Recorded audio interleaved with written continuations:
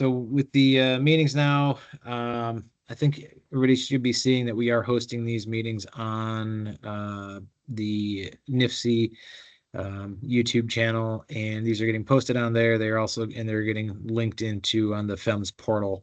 So if anybody misses these calls, easily just go ahead and look on the FEMS portal. You'll be able to find these meetings or the updates calls as well. I think most of the ones that I have recorded over the past year and a half, 2-year time frame should be posted on the portal at this time. They should basically at this point, I should have all the meetings that I have posted on the FEMS portal. So if there's anything you missed, you can go back. You can need to, or you can send others that might have missed some calls or meetings to those to that place. So let's see here. So just kind of give everyone a quick update of where FEMS is at. So currently, we are working on doing our next deployment or next release of FEMS, which is going to be FEMS 3.5.2. What's going to be part of that is some historical information updates. We're going to be having the restricted networks become visible in FEMS. And so let me give a quick demonstration of what that's going to look like. I'm going to turn off my camera. Well, actually, I'm going to open up real quick. Are there any general questions before I get into this, or people have been finding issues with FEMS that they want to discuss, talk about, anything like that?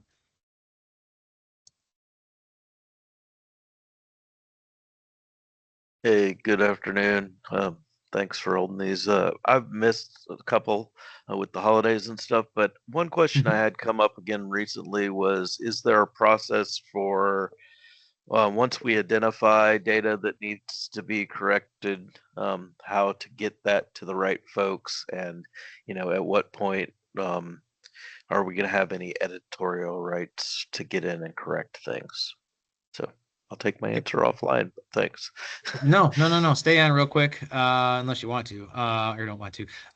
So how this is. So I guess the question is specifically, what data are you looking that needs to be corrected? Is it weather input data? Yeah, weather input data. Okay, sounds good. So weather input data is going to be, we're working on an autocorrect. And so when that's part of actually the update that is happening right now. So while you asked to answer your question on this one is DRI just completed a new gap filled and QC data check for us. And they performed that from 2023 to October 31st of 2025.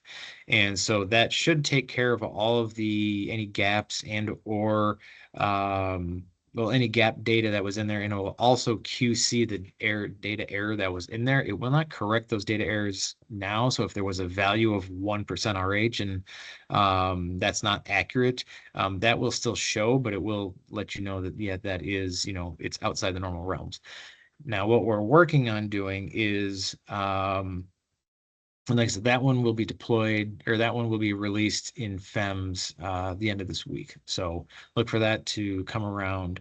That will also help us out with some of the data or stations that were not showing up with a period of record.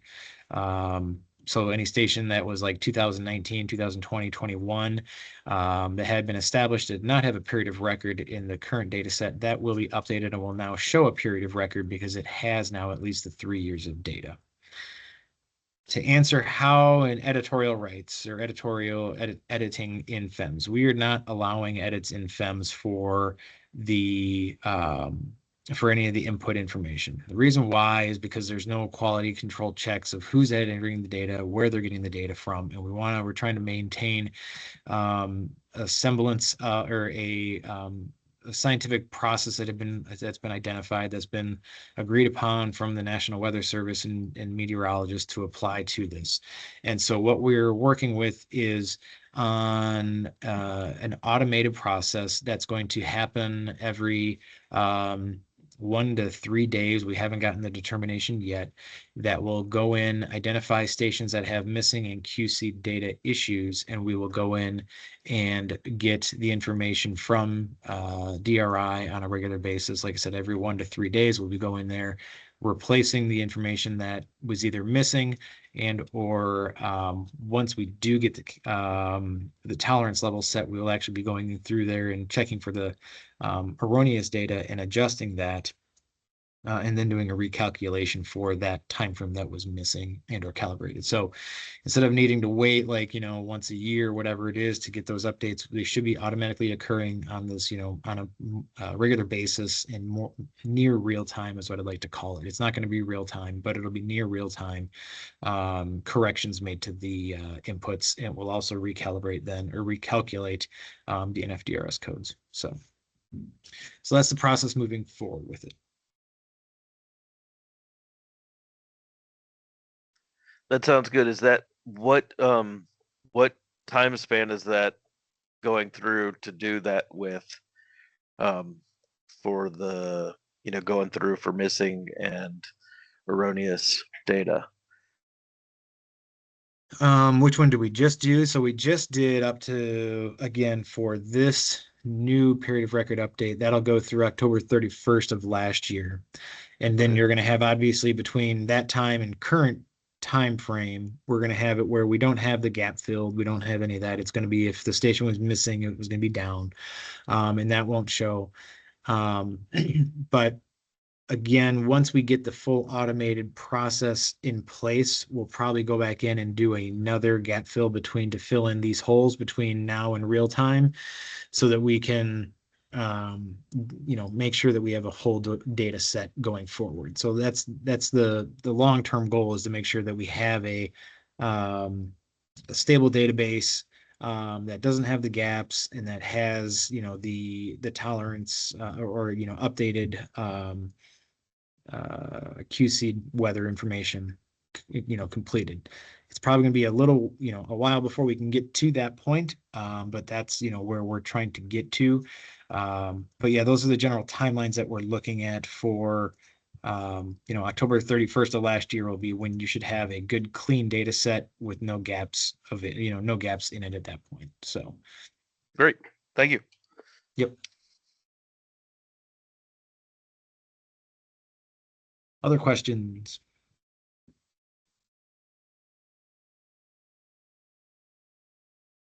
Scott?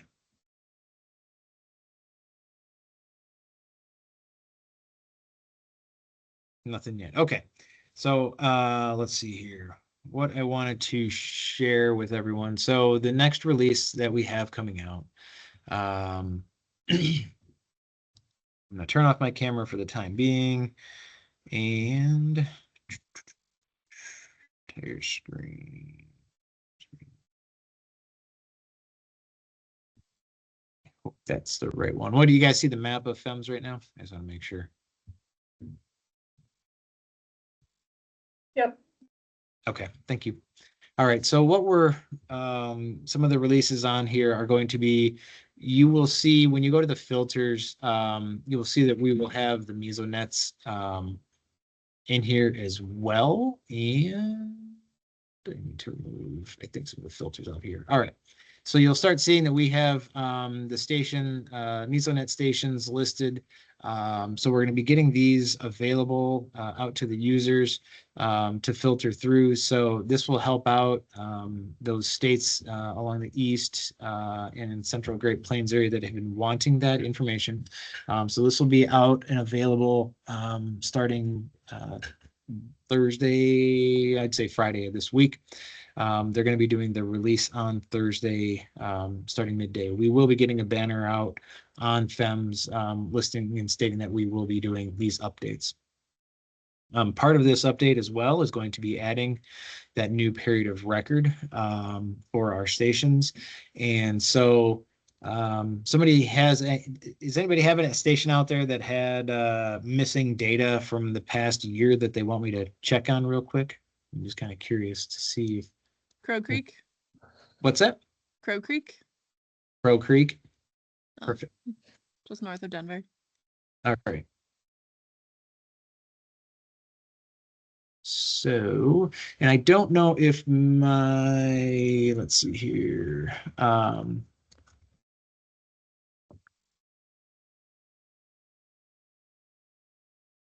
I don't know if they have completed yet with my full, why is that not showing? Oh, that's historical. All right. And let's do this. Is that station having issues? Let me check. Let's see.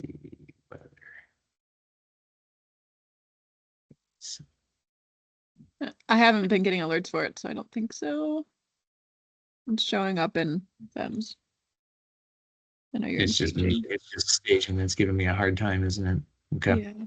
So this one All right. came on later, so it was a 555 Oh, number. that one. Okay. So I don't know if Okay. that's a good example, but it was an older one, or it was a newer one that came on that didn't have the historical, even though it didn't When start did, till like yeah, when 2019. did one come in? 2019. Okay. All right. So let's do the weather of that one. We'll do observations, hourly, CSV. We'll bring that one back. You said it started in 2019 in Crow Creek. Correct. Yep. Creek That's it. Road. Okay.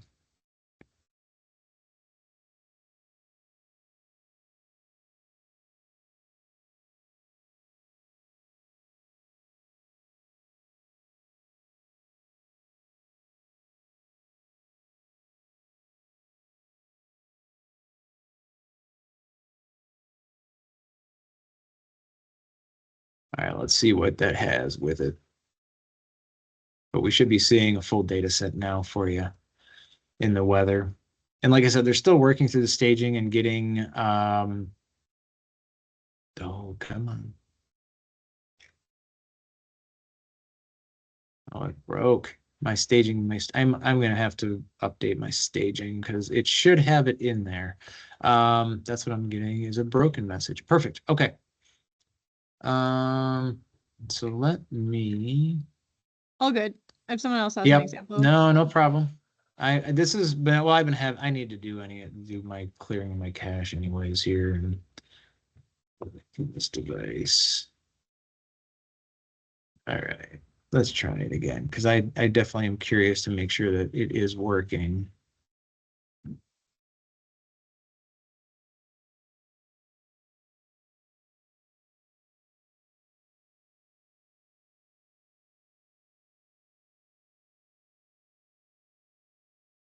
But they're working again. They're working on all these data sets. We're updating the system right now while we're trying to do our release on Thursday. So I'm going to do a real quick try that one again and see if there's something that we missed. Day hourly CSV.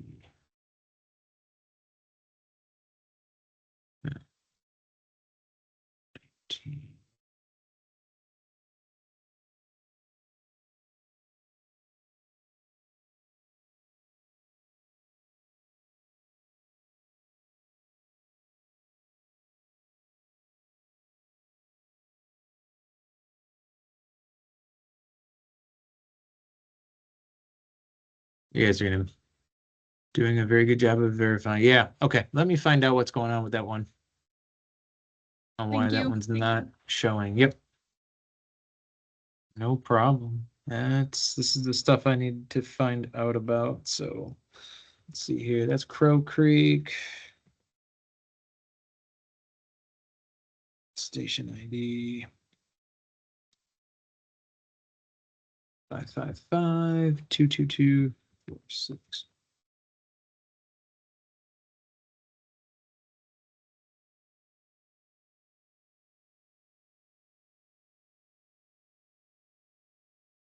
All right.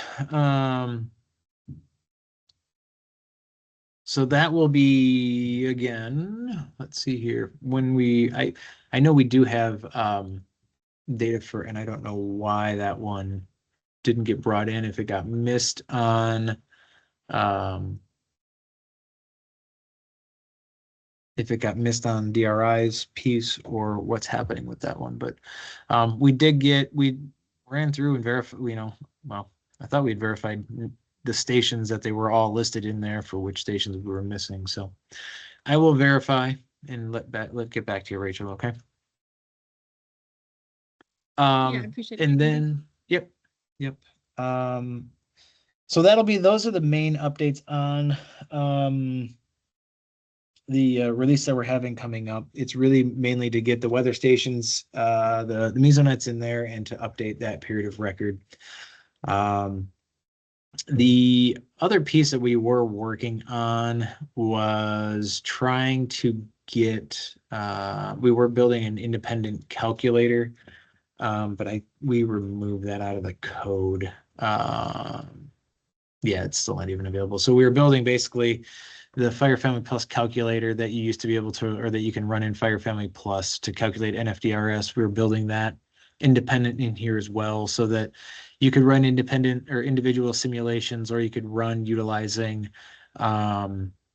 the weather data from a station and initialize it from a station. And then, if you wanted to adjust the parameters going in, you'd be able to figure out what your NFDRS codes could be. So that has been built, but we're not going to put that release out until probably May of this year. So those are a couple of things we're working on. Additionally, like I said earlier, we're working on the automation process to try and get the near real-time quality checking and gap filling of weather stations. So that one is coming out in a late March, early April timeframe. That will be hopefully moving forward, as long as we can get our timelines or everything set that we need to from that.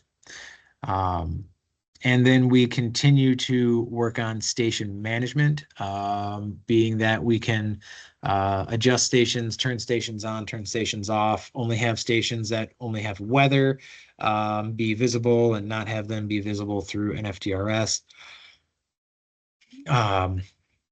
So a lot of the individual station management pieces, and again, a lot of the working on our stability for the code. There's been some NFDRS change or code changes that we have been able to work with Matt on, that we've been capturing. Some, like one of the ones is the KBDI and how it's functioning in FEMS versus how it's functioning outside of FEMS, being because of the 1300 versus 2400, or the 24-hour precip.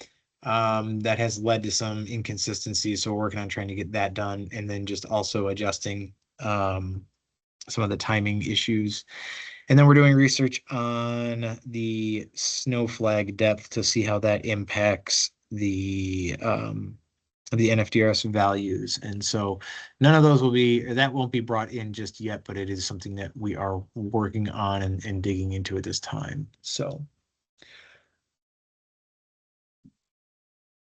let's see here. Stop sharing for the time. Moving forward, just to give a general heads up, we have our contract available again until June of this year. At that time, we're hoping that we're gonna have to wait and see of who gets the next contract, and if it does wind up changing vendors, we know that will slow the production schedule down a little bit for the remainder of this year. So we're waiting to find out what that looks like come May timeframe. We'll have a better idea of what that is looking like. So those are general ideas or general topics of where I guess FEMS is in the big picture and where we are moving towards, at least for the next 6 months or so. So questions on that or anything else?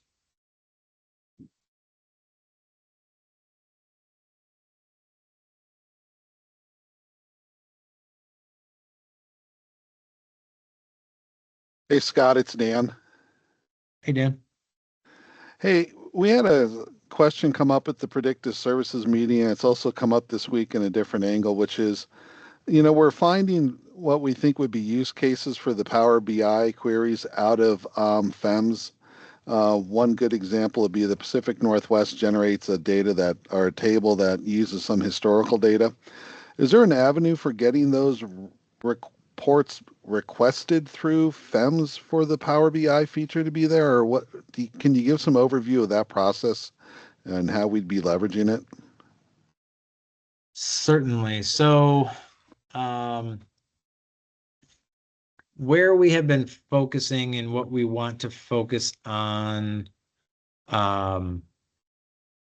the Power BI piece is, in general, let's see here. Trying to think of how to give the background of this without getting into too much history or too much of the weeds.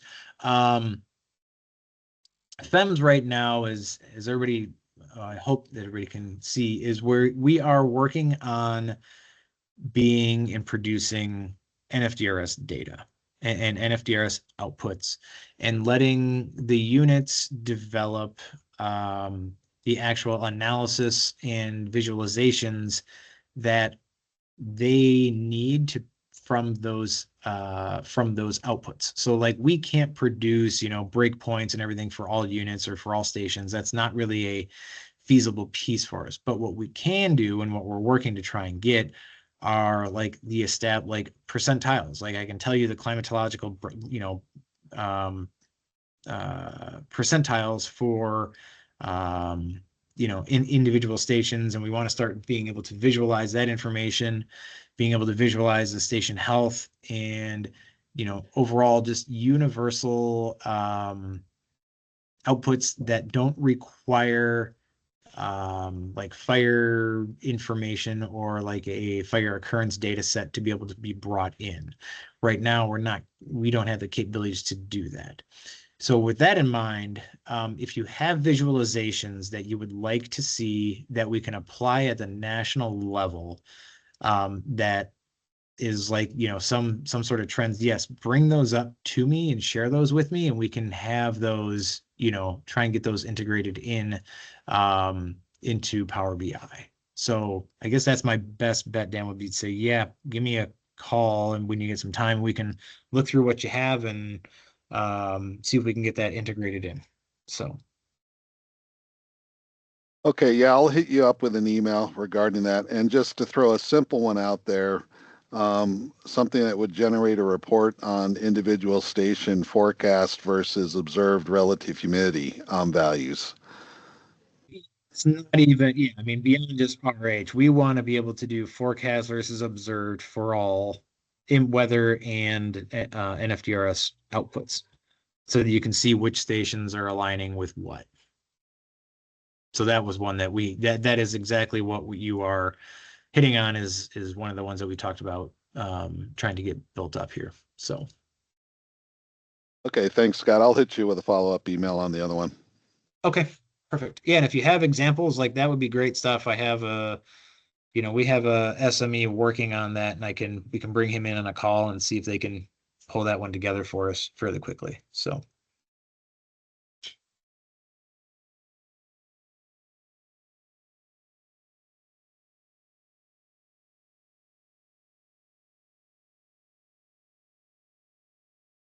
Other questions?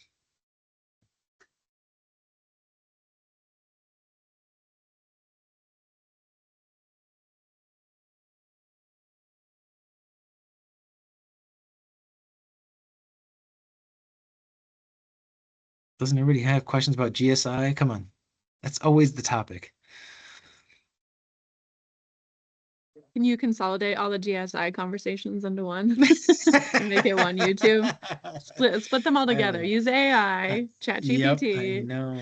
Summarize So we had last week was our FEMS meeting, and Matt was down with us in that meeting, and he's been working a lot on getting some automation built up for this. And the conversation that him and I had was really that one of the single biggest things that he could do right now is get us a automated process to get the calibration, for stations, areas, FDRAs, zone of influence from individual stations. And so he is working on that one, this week. And I'm hoping, I should say the next couple of weeks, and I'm hoping to be able to get the code from him fairly soon, that we may then be able to start implementing that process going forward. And instead of units having to do all the calibration work themselves, we're really trying to have it so that it's an automated process, and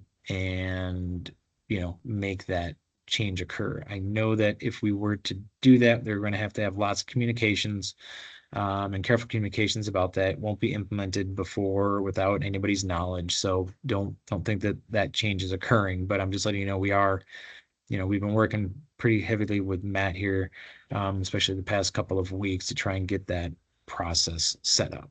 So I know it's not your final answer, but I am diligently working on it. It is, I think it's the single biggest issue right now for an FDRS is the way that I view it. So yeah, Rachel. If we're considering using GSI and don't calibrate it and move forward, is that going to mess everything up? Or do we have to like redo analysis after you guys change things? Like I said, for this year, I think you'll be fine. Yeah. Go ahead, do what you need to, and especially because, as we've talked before, I think some of your areas aren't going to need a lot of adjustments. I Yeah. think the trends match really well. Yeah.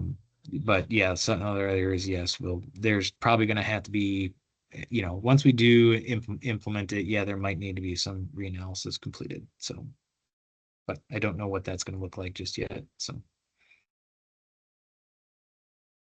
trying to get a stabilized product for everyone is what we're trying to do.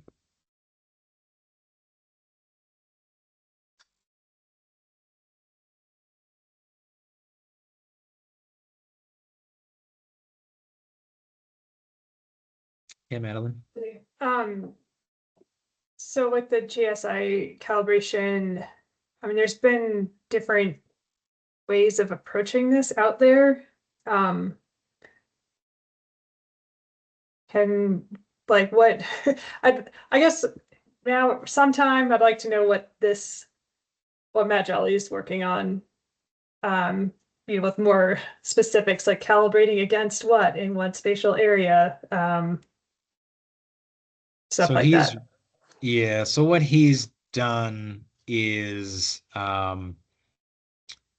he's been working with Texas, I don't know, about a year and a half, 2 years now, on their areas, in their state.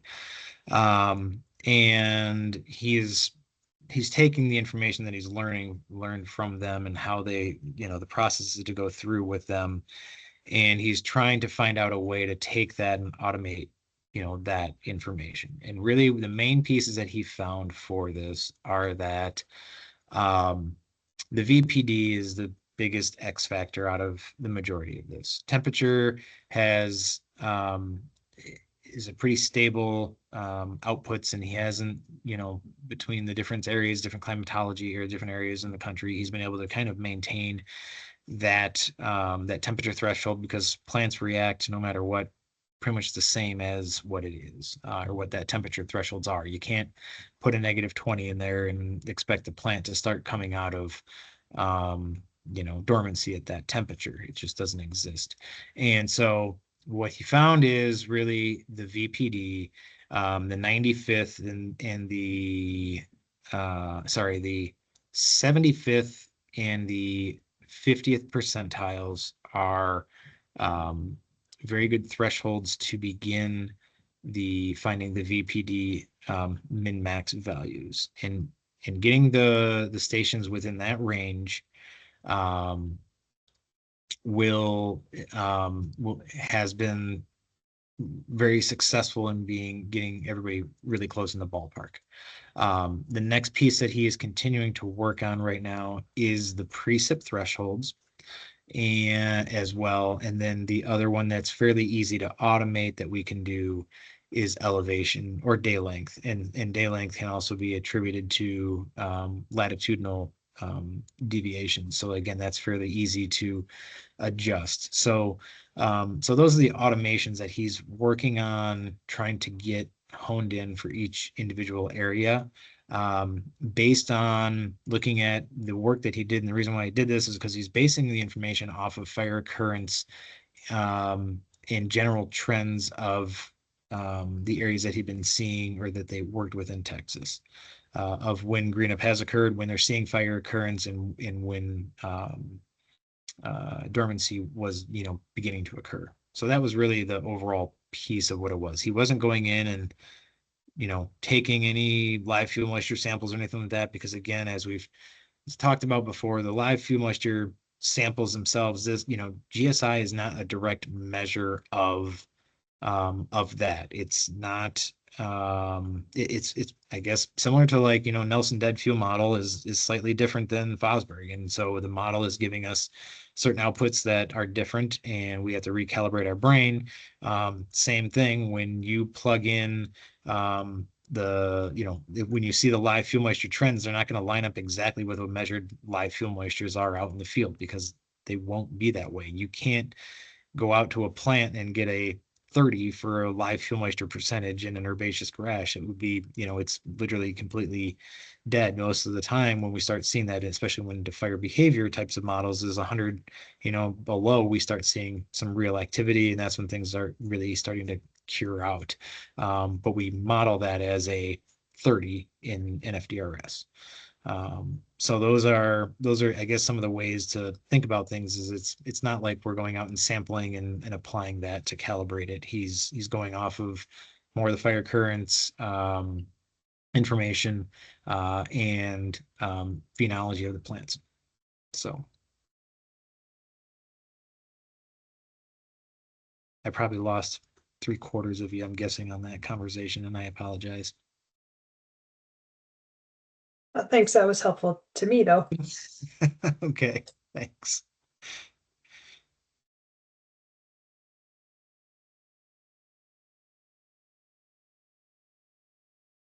I was told during the last, what was it? One of the last, I think it was a fire refresher, that to have the fire nerds go first, because we were talking way over them, and I was really not trying to talk over people. I was really just trying to bring up the difference between Nelson and Fosberg, and that they need to be careful utilizing that. And apparently that was way over the head of the audience. So I was a fire nerd, apparently.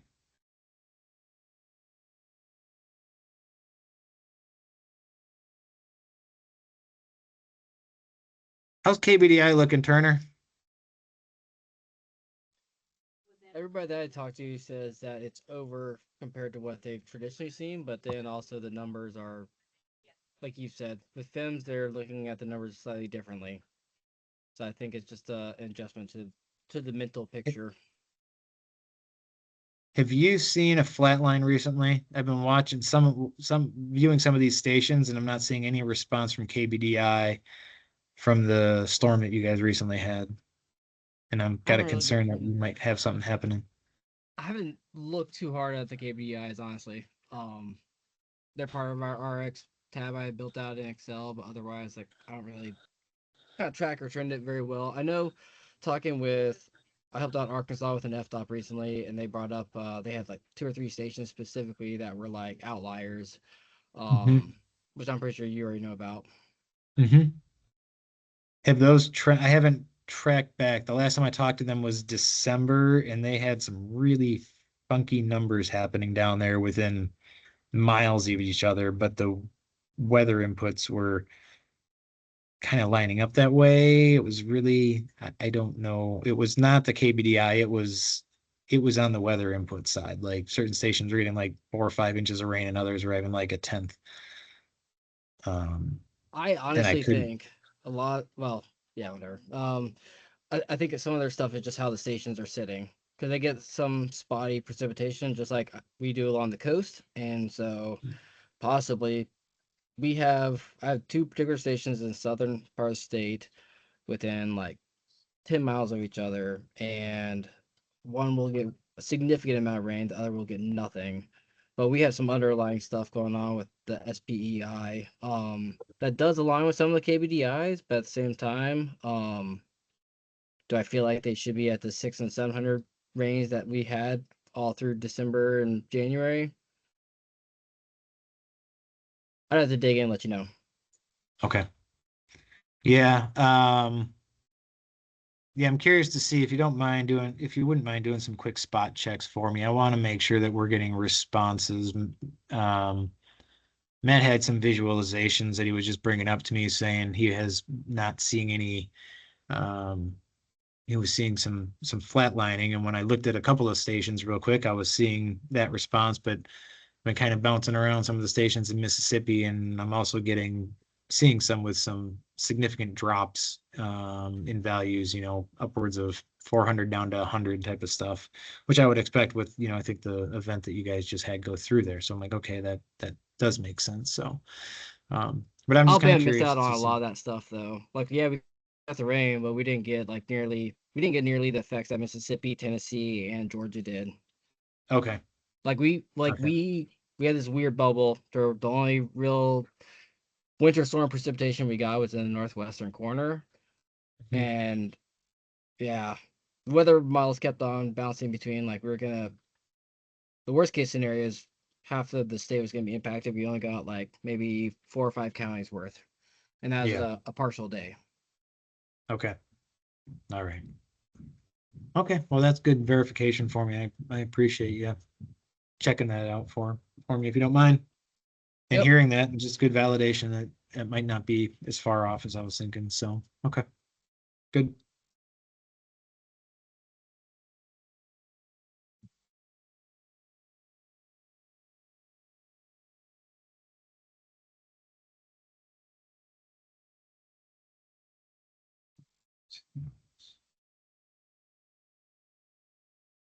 So, Jamie, I just saw your message in the chat that it seemed like the POR for Horseshoe House and Locust Gap are valid. So that's good.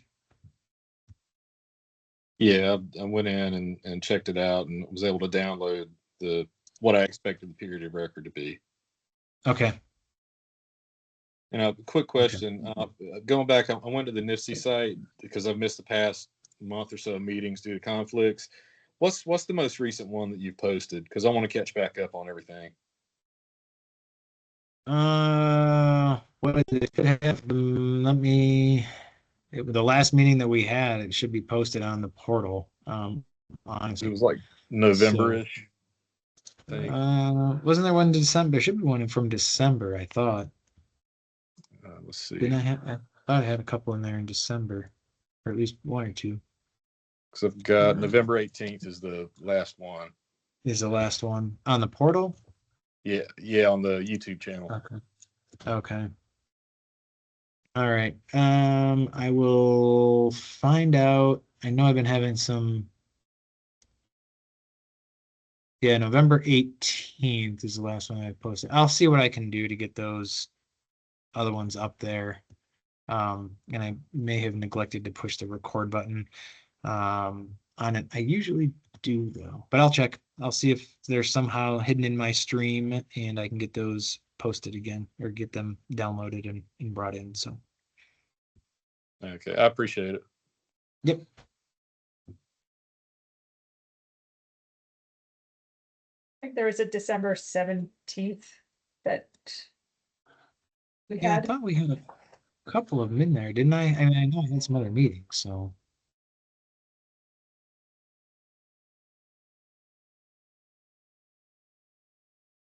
So I will check. I'll see what's happening.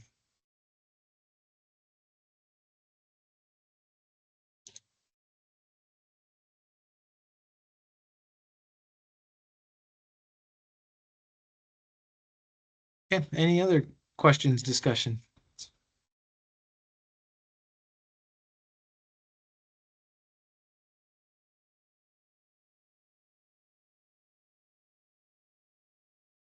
Rachel, I'm chatting with my developer, just so you know. He shared the file with me. So we have it from February 1st of 2020 for Crow Creek. But I'm trying to find out why it wasn't downloading for me. So he's digging into it, but I know we do have the file. So it was not missed.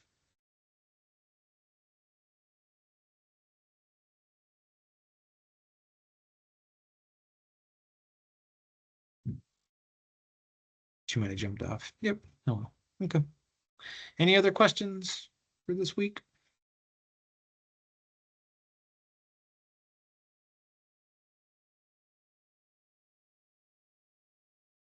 All right. Dylan, we still on for next week? Yes, we are, sir. Okay. Or we're meeting up this afternoon? Is that today? Wednesday. No, tomorrow Tomorrow. tomorrow afternoon to do a pre-plan. Okay. Yep. Sounds good. Okay. Thank you, Scott. Excellent. Looking forward to it. All right. We'll chat next week, everyone. Thanks for your time.